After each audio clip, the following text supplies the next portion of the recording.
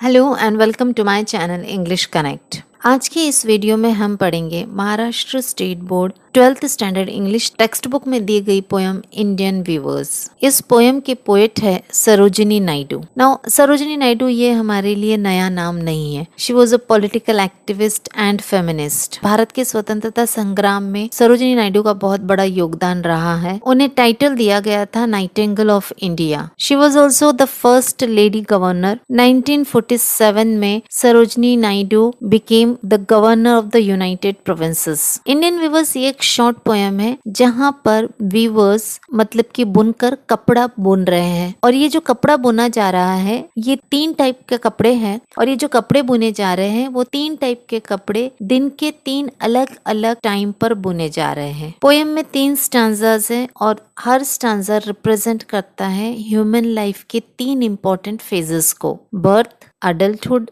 And death.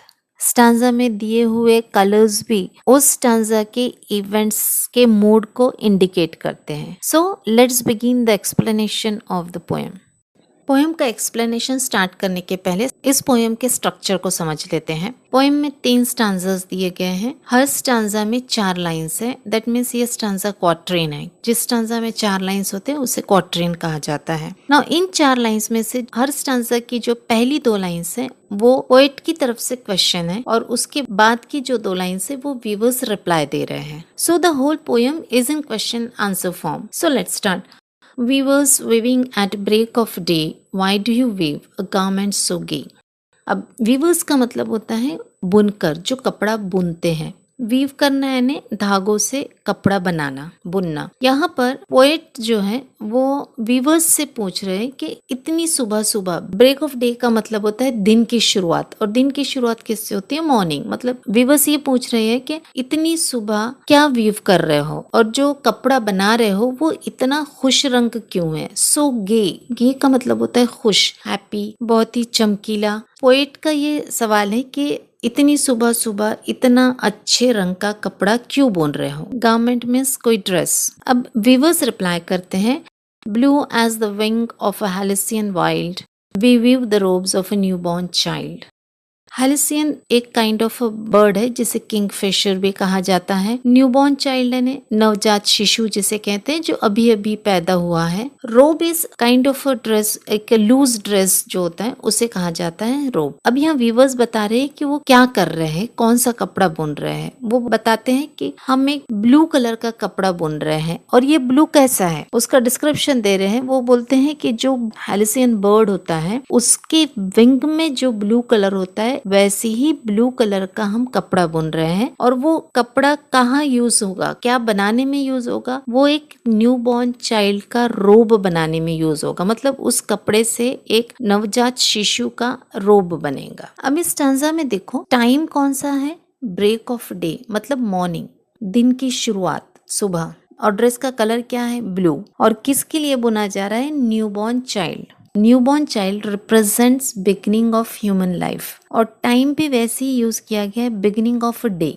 जिस तरह से इंसान की जिंदगी शुरू होती है एक न्यूबॉर्न चाइल्ड से, उसी तरह दिन की शुरुआत होती है सुबह से, मॉर्निंग से। एंड साथ ही साथ जो कलर यूज किया गया है वो है blue. And no, blue represents happiness, एक हैप्पी कलर माना जाता है ब्लू को। एक न्यूबॉर्न चाइल्ड जो होता है उस पर भी कोई बर्डन्स नहीं होते, उसे दुख नहीं पता होता है, सो वो हमेशा हैप्पी रहता है, इसलिए ब्लू यूज किया गया है। कलर जो ब्लू को कंपेयर किया गया है हेलिसियन वाइल्ड के विंग से। बर्ड रिप्रेजेंट्स फ्रीडम एक तरह से। उसी तरह से जो न्यूबॉर्न चाइल्ड है उस पर भी कोई रिस्पॉन्सिबिलिटीज नहीं है, वो भी फ्री है। सो जो भी सिंबल्स यूज किए गए हैं, जो कलर्स यूज किए गए हैं, वो सब कुछ सिंबलाइज करते हैं ह्यूमन लाइफ की इस पहली स्टेज को। Weavers weaving at fall of night, why do you weave a garment so bright? Poem की ये 2 लाइंस क्वेश्चन है वीवर्स से। फॉल ऑफ नाइट मतलब शाम का समय। वीवर्स से पूछा जा रहा है कि शाम हो चुकी है, हर कोई अपने घर की तरफ जा रहा है, हर कोई आराम करने जा रहा है, तो इस समय वीवर्स क्यों काम कर रहे हैं? और व्यूवर से पूछा जा रहा है कि इतने ब्राइट कलर का गारमेंट क्यों बुन रहे हो। ये टाइम जब हर कोई अपना काम बंद कर चुका है, तो इस टाइम पर व्यूवर्स क्यों अपना काम कर रहे हैं। Now the weavers reply, like the plumes of a peacock, purple and green, we weave the marriage veils of a queen. जवाब देते हैं कि हम जो कपड़ा बुन रहे हैं उसका कलर कैसा है। उसका कलर है मोर के पंखों की तरह, और मोर के पंख में कौन से कलर होते हैं, पर्पल एंड ग्रीन। तो वो कहते हैं कि हम जो कपड़ा बुन रहे हैं उसका कलर है पर्पल एंड ग्रीन। अब इस कपड़े का क्या बनेगा वो बताते हैं कि इस कपड़े से बनेगा जो रानी का घूंघट है, जो वो अपनी शादी में जो घूंघट डालेगी, वो घूंघट इस कपड़े से बनेगा। अब ये जो सेकंड स्टैंजा है, यहाँ पर ह्यूमन लाइफ के सेकंड स्टेज अडल्टहुड के बारे में बात हो रही है। Now see the time, fall of night. अब फॉल ऑफ नाइट, ये जो है टाइम जो यहाँ पर बताया जा रहा है वो है फॉल ऑफ नाइट, मतलब शाम का समय। दिन को 3 समय में बांटा जा सकता है, एक तो सुबह होती है, फिर शाम होती है और फिर रात होती है।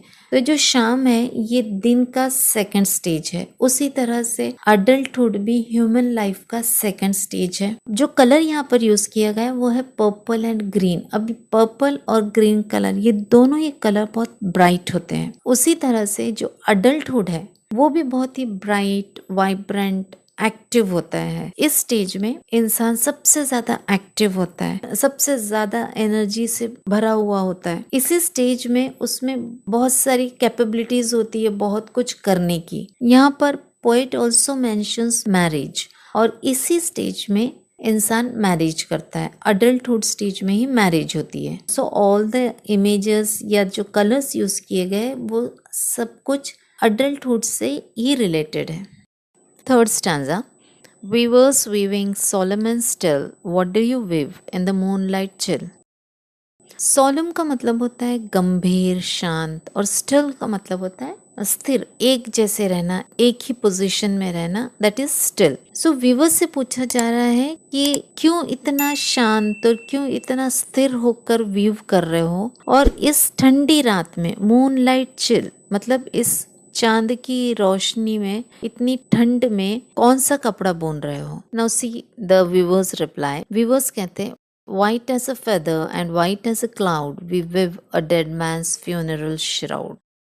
फेदर यानी पंख होता है, फ्यूनरल श्राउड यानी फ्यूनरल यानी होता है अंतिम संस्कार, और श्राउड का मतलब होता है कफन, मतलब वो कपड़ा जिसमें एक डेड बॉडी को लपेटा जाता है। वीवर्स कहते हैं कि हम एक वाइट कपड़ा बुन रहे हैं। ये वाइट कैसा है, किसी बर्ड के फेदर की इतना वाइट है, and white as a cloud, और जो बादल होते हैं, सफेद बादल होते हैं, उतना ही सफेद है ये कपड़ा जितना कि बादल होते हैं सफेद। और फिर आगे व्यूवर्स बोलते हैं कि हम एक मरे हुए इंसान के लिए कफन बुन रहे हैं, कफन जिसमें कि डेड बॉडी को लपेटा जाता है। Now if you see the time used, यहाँ जो टाइम यूज किया गया है वो है मूनलाइट चिल, मतलब एकदम गहरा अंधेरा जब होता है, या इतनी रात जब सिर्फ चांद की रोशनी है और कुछ नहीं है, और उस चांद की रोशनी की वजह से ठंड है। चिल का मतलब होता है ठंड। अब मूनलाइट चिल क्या है, ये दिन की शुरुआत होती है सुबह से, फिर होती है शाम, और सबसे आखिर में होता है मूनलाइट चिल, मतलब एकदम बहुत ज्यादा रात, जिसे हम आधी रात भी कहते हैं। This stanza is talking about old age, और जैसे कि ओल्ड एज ये इंसान की जिंदगी का आखिरी पड़ाव होता है, उसी तरह से ये जो आधी रात है ये भी आखिरी पड़ाव होती है। इसके बाद फिर एक नई शुरुआत होती है। इसलिए जो टाइम लिया गया है वो सिंबलाइज करता है ओल्ड एज को। देन जो इमोशंस है, सोलम एंड स्टिल, ओल्ड एज में आकर इंसान ज्यादा शांत हो जाता है और ज्यादा स्टिल हो जाता है, बहुत ज्यादा एक्टिव नहीं होता है, बहुत ज्यादा एग्रेसिव नहीं होता है, स्टिल होता है। एंड देयरफॉर जो इमोशंस यूज किए गए हैं वो भी इंडिकेट करते हैं ओल्ड एज को, उसी से रिलेट करते हैं। इनफैक्ट सिमिली यूज की गई है। वाइट, कितना वाइट है वो कपड़ा, जैसे कि फेदर, और वाइट एज अ क्लाउड, इतना वाइट है जैसे कि बादल। अब इस लास्ट स्टैंजा में बात हो रही है डेथ की, फ्यूनरल की, श्राउड की। अब ये सारी चीजें सिंबलाइज करती है ह्यूमन लाइफ के एंड की। और ह्यूमन लाइफ का सबसे आखिरी पड़ाव, आखिरी स्टेज कौन सा होता है? वो होता है ओल्ड एज। तो यहाँ जितने इमेजेस, जितने कलर्स यूज किए गए, कलर भी वाइट यूज किया गया है, जितने इमोशंस यूज किए गए हैं, वो सारे के सारे ओल्ड एज को इंडिकेट करते हैं, ह्यूमन लाइफ के आखिरी स्टेज को इंडिकेट करते हैं। So this is the explanation of the poem Indian weavers. Poem बहुत सिंपल है, बहुत छोटी सी पोएम है, जस्ट 3 स्टांजास। हर स्टांजा में 4 लाइन्स है। पहली 2 लाइन क्वेश्चन है और उसी क्वेश्चन का रिप्लाई है नीचे की 2 lines. So I hope you understood this very simple poem. अगर फिर भी कोई डाउट हो, you can ask in the comment section. Thanks for watching.